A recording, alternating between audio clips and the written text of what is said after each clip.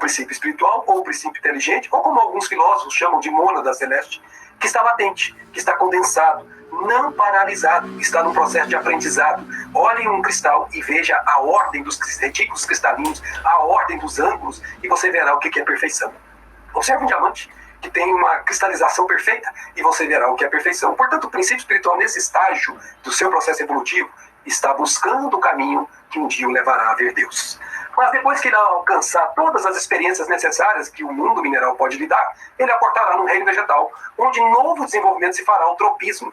Aqui, a irritabilidade, os reflexos, sem dor, sem sensações, será a característica principal das experiências do princípio espiritual. Aqui ele desenvolverá a faculdade que vai lhe dar necessária condição para alçar voos para o próximo degrau, que é quando ele então aportará no reino animal, onde então o instinto será elaborado, será construído de forma tal que a irracionalidade, os movimentos e sensações irão vigorar, não obstante as experiências construídas do instinto se farão. Depois de muito tempo dessas experiências, ele aporta no primeiro reino do reino nominal, o primeiro degrau, o homem primitivo, onde a inteligência primitiva, a inteligência inicial começa a ser elaborada, em que ele então começa a compreender as coisas, ele começa a discernir. É por isso que aqui o espírito está individualizado. Se antes era princípio espiritual, ou espírito com E minúsculo, como destaca Allan Kardec em sua obra, aqui ele é espírito com E maiúsculo. Ele é, literalmente, alguém que tem pensamento contínuo, alguém que tem livre-arbítrio moral, alguém que consegue ver o céu e saber que há um Pai, mesmo que instintivamente, que vela por tudo e por todos. Mas ele permanece uma determinada temporada nessa experiência. Depois ele atinge com os movimentos da inteligência o estágio do homem comum, onde ele desenvolverá a razão. Razão nada mais é do que inteligência com responsabilidade. Nesse estágio ele passa a ter experiência no controle das sensações e paixões. Magistralmente ensinada por nosso querido Paulo como sendo tudo posso, mas nem tudo me convém. Ele podia, mas não fazia mais, porque sabe que existem consequências. Existe lei do livre-arbítrio, que ele já percebeu que tem, mas existem leis também chamadas de causa e efeito, que ele também começa a perceber que tem, e ele regula os seus atos, as suas vontades, começa a buscar ter império sobre si. Passa o tempo e ele consegue alçar o penúltimo degrau dessa escada, o do homem elevado, aquele que constrói a humanidade, aquele em que o sentimento se sobrepõe às sensações e paixões. O ser é muito maior do que o ter. Ele busca no outro a sua complementação. Aqui então ele está pronto de chegar muito próximo do caminho para a chegada ao Pai.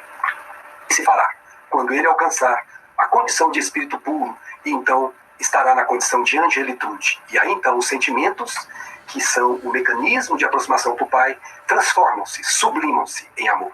E aí então a viagem para cima, nós não sabemos até onde vai. Aqui é a vida se elaborando para a perfeição. Aqui nós ouvimos os comentários de Allan Kardec na questão 191A. O espírito passa gradualmente do estado de embrião ao de infância, para chegar percorrendo sucessivos períodos ao de adulto, que é o da perfeição. Então o que nós estamos falando com Allan Kardec é que na inércia, nós estamos com a inércia, depois estamos com o tropismo, estamos com o instinto, e aqui estamos com o que chamamos de embrião do espírito. Comparativamente, analogicamente, nós podemos fazer aqui a análise com o ventre materno. Quando estamos gestando um filho no ventre materno, nós estamos gestando um embrião, que corresponde aqui ao feto que irá vir à luz. Aqui também o espírito está sendo preparado para se tornar espírito com E maiúsculo, para ver a luz que o levará ao Pai. E Kardec perguntou na questão 190, qual o estado da alma na sua primeira encarnação?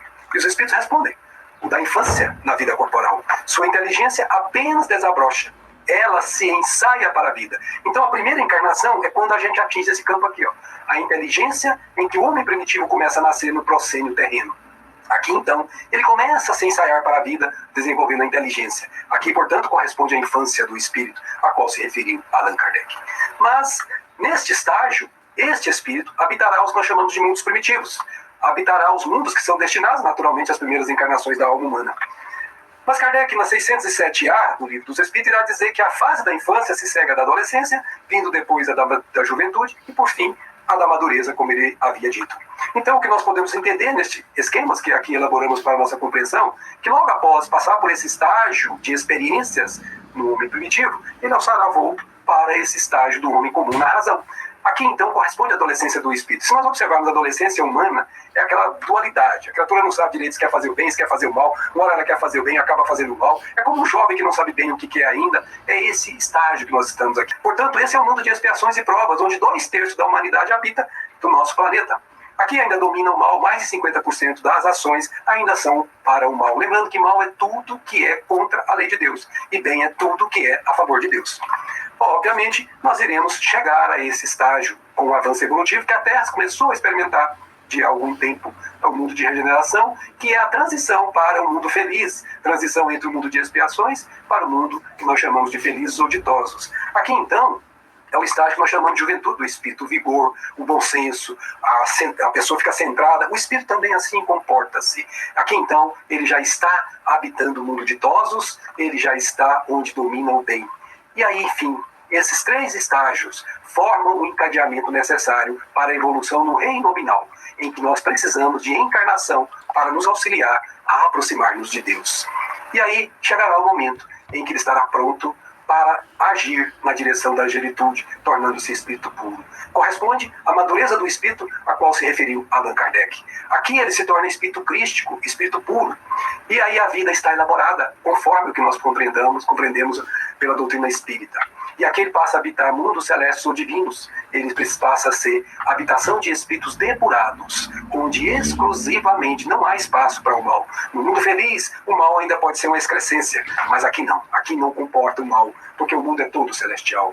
Aqui, nesse nível, o espírito vê a Deus, e apenas aqui. Agora nós entendemos por que João disse que ninguém viu a Deus, porque todo habitante do planeta Terra, exceto Jesus que desceu de tão alto, todo habitante ainda está na condição desses degraus evolutivos. Feito isso, nós entendemos por que os benfeitores disseram: a viagem é do átomo ao arcanjo. A viagem é uma jornada do espírito, sede perfeitos. A viagem é a escada da evolução da vida de Jacó, tão maravilhosamente sonhada e legada nos 1800, 1700 anos depois.